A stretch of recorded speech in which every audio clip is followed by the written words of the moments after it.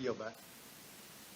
Thank you. I'm going to recognize myself for questions. Mr. Straka, you were describing some of the blacklisting that you encountered in your life following these events. Can you elaborate on that? Sure. Do you want me to go back to the statement? Or just Yeah, sure. Okay. Well, where I'd left off, I had said that I'd been permanently banned by PayPal, Venmo, Stripe, Patreon, my donor. And I was in D.C. on January 6th as a private citizen, not on behalf of any of my organizations. Nonetheless, my organization, the Walkaway Foundation, and the Walkaway Campaign PAC, both were permanently banned by PayPal and Stripe and a number of payment processors, as well as donor portals. We were first banned by MailChimp as an email service because it was said that we were using the email service to send and receive emails about planning violence or fundraising for political violence. Constant Contact then banned us, and after that we were banned by 4 more email services, including SendLane and MailerLite. Let me stop you there. Sure. We have developed evidence indicating that Bank of America turned over all of their records regarding anyone who bought a cup of coffee in Washington, D.C. on January 6th. I want to know what your perspective is on that, on the fact that such a large private company would, of their own volition, turn over so much stuff and seemingly violate people's privacy. Well, I think it's horrifying, and obviously I think that there's an attempt here to try to understand who's funding whom. Certainly there was an interest in who gives to my organization, things like that. I'm personal friends since January 6th with a fellow J6 defendant named Garland Evans, who's running for Congress in West Virginia. A major bank told him that they were canceling his bank mortgage and that he had 30 days to find a new bank to finance his bank mortgage. I mean, while going through the most high-profile criminal case in American history. Does January 6th open the door to the need for the Congress to look at legal reforms so that we don't see people of any political stripe barred from the financial world by virtue of their nonviolent politics?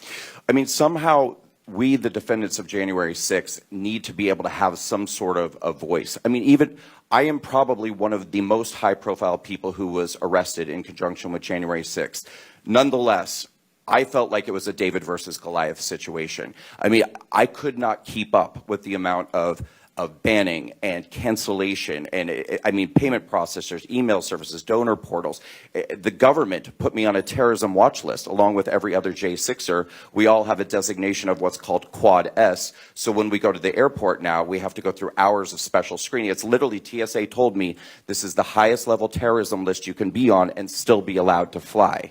They follow you around the airport with teams of agents. Sometimes they have dogs. They station themselves all around you at the gate. They bring special equipment and swab every item in your bag for explosive materials, your hands, your feet, stick their hand down your pants doing pat-downs. They do all of this in front of the other passengers multiple times when you're flying. People with misdemeanor charges, misdemeanor disorderly conduct charges. Well, this is very helpful because during the appropriations process, we can put riders to prohibit the use of funds on some of the things that would seemingly violate people's due process.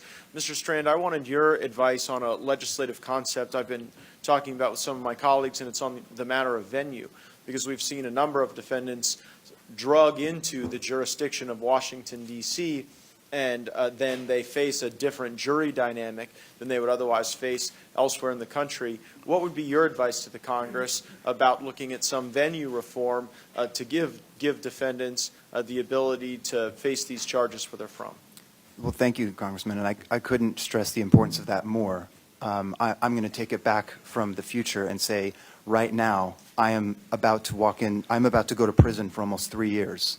I did nothing wrong. And the only reason that happened, not the only reason, but the main reason it happened so easily is because I was denied the constitutional guarantee of a fair trial by a jury of my peers. Not only that, but my sentence was worsened by a judge who explicitly said from the bench on the record, read the transcript, that he was furious at me for criticizing the government publicly.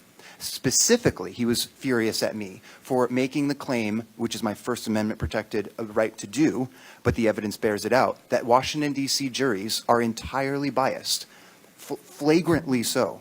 if I could tell the short story of my experience during my 8-day trial, the most interesting part was day one, which was jury selection. And this was not a random assortment of citizens fulfilling their civic duty to participate in a jury trial. These were people that were hanging on every moment, hoping to get chosen so that they could experience the personal gratification of crucifying someone that they politically despise. They openly admit this. Very important, that venue issue. Mr. Clark, I have a question for you specifically. Do you believe you were framed by the January 6th Select Committee? Oh, absolutely, Congressman, I do. I think that, I was the only person at the Justice Department, at a significant level, Senate confirmed spot, who was interested in investigating the election. Well, I know that to be the case, Mr. Clark, and the reason I know that to be the case, and I'm glad I get to say it here in a public forum, is because I became aware of evidence that U.S. attorneys were developing, showcasing fraud in the election. And perhaps that evidence would lead nowhere, perhaps it would lead to the crime of the century, but it should not have been squelched. And Bill Barr was suppressing evidence and stopping it from being developed that showcased irregularities, and not just irregularities, fraud, where people were fraudulently requesting those ballots. And I told my friend Scott Perry that on the floor, that I was aware of that evidence. And now I believe we see you and we see our colleague Scott Perry unfairly targeted, and I want you and the world to know that if you had a willingness to stop the U.S. Department of Justice from rat-holing cases and squirreling away information that would have been helpful to learn on that day, you were acting your patriotic duty to do so. And I am deeply ashamed as a member of this government, particularly at the way you've been treated. At this time, I'd like to recognize Ms. Green for 5 minutes, and we may ask an accommodation of some of our panelists. Ms. Green has invited a guest. Apologize if I'm a little late. I'm in another committee hearing. Important business, FAA reauthorization. We all want to have safe flights. I got involved with this real early on. I was in Congress for 3 days. I think, Marjorie, you too. We were in Congress for 3 days when this all took place. It's probably the last member, if not the last member on the House floor that day. I'm an old law enforcement officer for 30 years as a sheriff of a large county for 8 years. So I stood at the back doors, the main back doors leading into the chambers. Had a conversation with an individual on the outside, and anyway, it was a few weeks after that I was approached by then Majority Leader Kevin McCarthy asking me to read the Senate version, the Senate reports, because the Senate had some hearings early on. I think it was in March and April. So Kevin McCarthy approached me and asked me to read all those reports and write a report on what my feelings and my thoughts were because of my extensive law enforcement experience. And I did so. I provided him a 14-page document. And when I looked at the report and the OIG recommendations and everything that I saw, what was wrong that day, January 6th, folks, was a law enforcement failure, an epic law enforcement failure. When Leader McCarthy, now Speaker McCarthy, asked me to be one of the 5 on the January 6th Select Committee, I was honored to be asked, and then obviously Nancy Pelosi did what nobody else has done as Speaker, rejected Minority Leader's picks to be on a Select Committee. So we weren't on the committee, and she picked a couple of rhinos and that whole committee is all about Donald Trump. Anyway, so when you look at January 6th and you read the special event assessments, because I spent a lot of time on this, and when you look at the December 15th, the December 30th, and the January 3rd special events assessment, we knew that things were going to get ugly up here. It was quite clear. We knew that the Capitol itself, they meaning the leadership of the Capitol Police, i.e. an Assistant Chief Pittman, who's no longer here, they had all the intelligence. They had all the intelligence that it was going to get ugly up here. Extremist groups from both sides, white supremacist groups, high propensity for violence. They knew thousands of people were coming. And it was glaring in that January 3rd report. It was on page 12 out of the 14. And it said things are getting stupid. And I believe, me personally, I believe that they hid the intelligence. It's like they wanted this to happen. I say that because you remember Harry Dunn, one of the first officers, he testified, he was one of the 4. Harry Dunn's testimony says, he goes, I didn't think it was going to be any different than any other day. Kind of like the big marches they had in November and December, relatively nonviolent. He didn't think this was going to be like any other day. And so when you look at the hours and hours of video, you see most of the Capitol police officers don't have any type of shields or stuff. It was the Metropolitan Police that came prepared. But the U.S. Capitol Police, I spent some time and I focused a lot of my time on the shooting of and the killing of Ashley Babbitt. I document this very well. I was probably one of the first. I think, Paul, you said it as well. I believe Ashley Babbitt was murdered that day.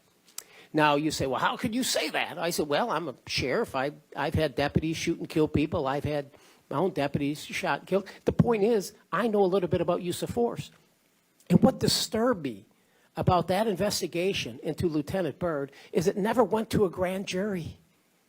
You want to have the vote of confidence of the American people. Send every law enforcement shooting, justified, questionable, whatever. Send it to a grand jury. It never went to a grand jury. Most of the people in the Capitol Police will even tell you. They'll tell you that, hey, this was a quick investigation. Lieutenant Byrd, and I hope when we have a new president in 2 years that he goes to a grand jury. That shooting should go to a grand jury. And that's my commitment to you, Ashley, to Ms. Babbitt. If I can do anything, that should go to a grand jury at a minimum. My point is I'm just going to leave you at this. When you look at those special event assessments in that January 3rd, I had an opportunity to talk to then the National Guard commander, and I said to him, I said, General,